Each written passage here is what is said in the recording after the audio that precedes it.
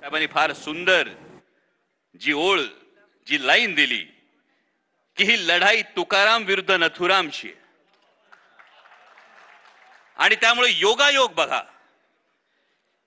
आपण पराभव झाला, सत्ता कधी येणार, सत्तेचं काय, हे सगळी समीकरण मांडत असतो, पण या पलीकडे जाऊन समाजाचं काय, ज्या समाजाचं आपण प्रतिनिधित्व करतो त्या समाजाचं काय, त्या समाजकारणाचं काय, हा प्रश्न आपण कधी स्वतःला विचारणार आहोत. म्हणजे योगायोग बघा, आज 10 जून आहे, मागे 4 दिवस आधी 6 जूनला छत्रपती शिवाजी महाराजांच्या शिवराज्याभिषेक आपण साजरा केला आणि आणखी 8 दिवसानंतर माऊलींची आणि संत तुकाराम महाराजांची पालखीचं प्रस्थान होणार आहे. आणि या 2 तारखांचा जर योगायोग बघितला तर या पालखीचं प्रस्थान झाल्यानंतर पंढरीला चंद्रभागेच्या वाळवंटात जो वैष्णवांचा मेळा जमणार आहे तिथं 18 पगड जातीचे लोक एकत्र येणार आहेत. जेव्हा समाजात जातीच्या भिंती उभ्या राहत असताना या 18 पगड जातीच्या लोकांचं एकत्र येणं आणि ते अशा देवाच्या समोर लीन होणं की 33 कोटी देव आहेत, प्रत्येक देवाच्या हातात काही ना काही शस्त्र आहे, एकच पांडुरंग आहे, हातात शस्त्र नाही, हात कमरेवर आहेत, पण सगळं जग ज्याच्या समोर लीन होतं, हा जो प्रेमाचा संदेश आहे हा आपण कधी देणार आहोत. आणि दुसरा फार महत्वाची गोष्ट, ज्या 4 दिवसापूर्वीच्या शिवराज्याभिषेकाची गोष्ट होती. छत्रपती शिवाजी महाराज तुमचं आमचं प्रत्येकाचं दैवत आहे. या प्रत्येकाचं दैवत असताना आज परिस्थिती काय, परवा एक पॉडकास्ट ऐकला राजू परुळेकरांचा, आपण सगळी शेतकऱ्याची लेकरं आहोत, शेतकऱ्याची लेकरं असल्यामुळे तुम्हाला मला प्रत्येकाला गायीचं महत्व फार जास्त आहे. पण परवा एका पॉडकास्ट मध्ये बहुतेक राजू परुळेकरांनीच एक विधान केलं, ते विधान डोळे उघडणारं होतं की जेव्हा समाजाची परिस्थिती कुठल्या बाजूनं जातीये हे जर पाहिलं तर गायीच्या वासराला कळतं की दूध प्यायचं असतं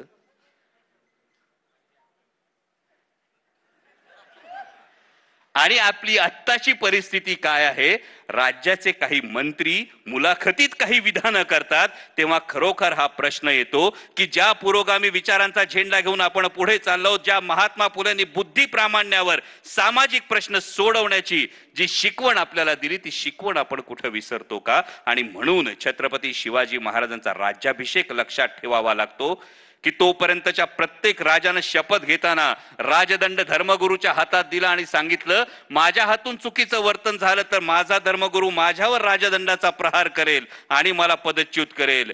छत्रपती शिवाजी महाराज पहिले राजे होते ज्यांनी राजदंड स्वतःच्या हातात ठेवला, हे दाखवून देण्यासाठी की धर्मसत्ता ही राजसत्तेच्या डोक्यावर नाही तर धर्मसत्ता आणि राजसत्ता यांनी खांद्याला खांदा लावून लोकांच्या कल्याणासाठी काम केलं पाहिजे.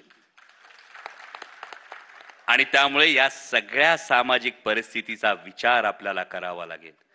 जेव्हा सत्तेच्या बाबत कोणी प्रश्न विचारतो तेव्हा आवर्जून सांगा, निवडणूक केवळ माध्यम असतं, सत्ता हे साध्य नाही, सत्ता हे केवळ साधन असतं आणि साध्य असेल तर ते लोकांचं कल्याण असतं. आणि हे लोकांचं कल्याण अविरतपणे 55 वर्ष करत असलेला वटवृक्ष आदरणीय पवार साहेब आपल्या सोबत आहेत आणि त्या मार्गदर्शनाची आपल्या सगळ्यांना ते ऐकण्याची ही जी आस लागलेली आहे.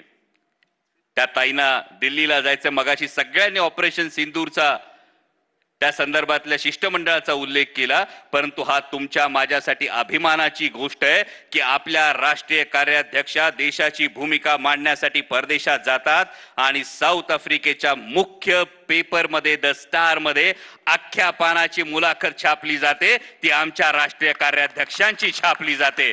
आणि या सक्षम नेतृत्वाखाली म्हणजे ताईंना आम्ही कायम गमतीनं म्हणतो पार्लमेंटमध्ये त्या पार्लमेंटरी अफेअर्स मिनिस्टर आहेत.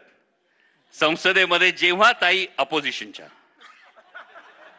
कारण संसदेमध्ये जेव्हा ताई उभ्या राहतात तेव्हाचा असणारा पिन ड्रॉप सायलेन्स आणि आम्हा सगळ्या खासदारांना मोठ्या बहिणीप्रमाणे त्यांचं असणारं मार्गदर्शन हे पाहता आदरणीय शरदचंद्रजी पवार साहेबांचा वसा आणि वारसा हा सक्षमपणे ही त्यांची लेख चालवते. आणि शमलेल्या बापासाठी लेक नारळाचं पाणी आणि लढणाऱ्या लेकीसाठी बाप बुलंद कहाणी, ही बुलंद कहाणी ही अशीच कायम राहू, अशीच चालत राहू, याच आपल्या सर्वांना या वर्धापन दिनाच्या शुभेच्छा देतो आणि थांबतो. धन्यवाद. जय शिवराय. तर पवारांच्या राष्ट्रवादीचा हा वर्धापन दिनाचा सोहळा, ज्या ठिकाणी अमोल कोल्हे बोलत होते, शरद पवारांनी पक्षाला कुटुंबाप्रमाणे सांभाळलेला आहे आणि सत्ता हेच अंतिम ध्येय नाहीये, सर्वसामान्यांसाठी कार्य करायचं असतं आणि हेच आपल्याला या वटवृक्षानं शिकवलेलं आहे, असं म्हणत त्यांनी शरद पवारांसंदर्भात उल्लेख केला.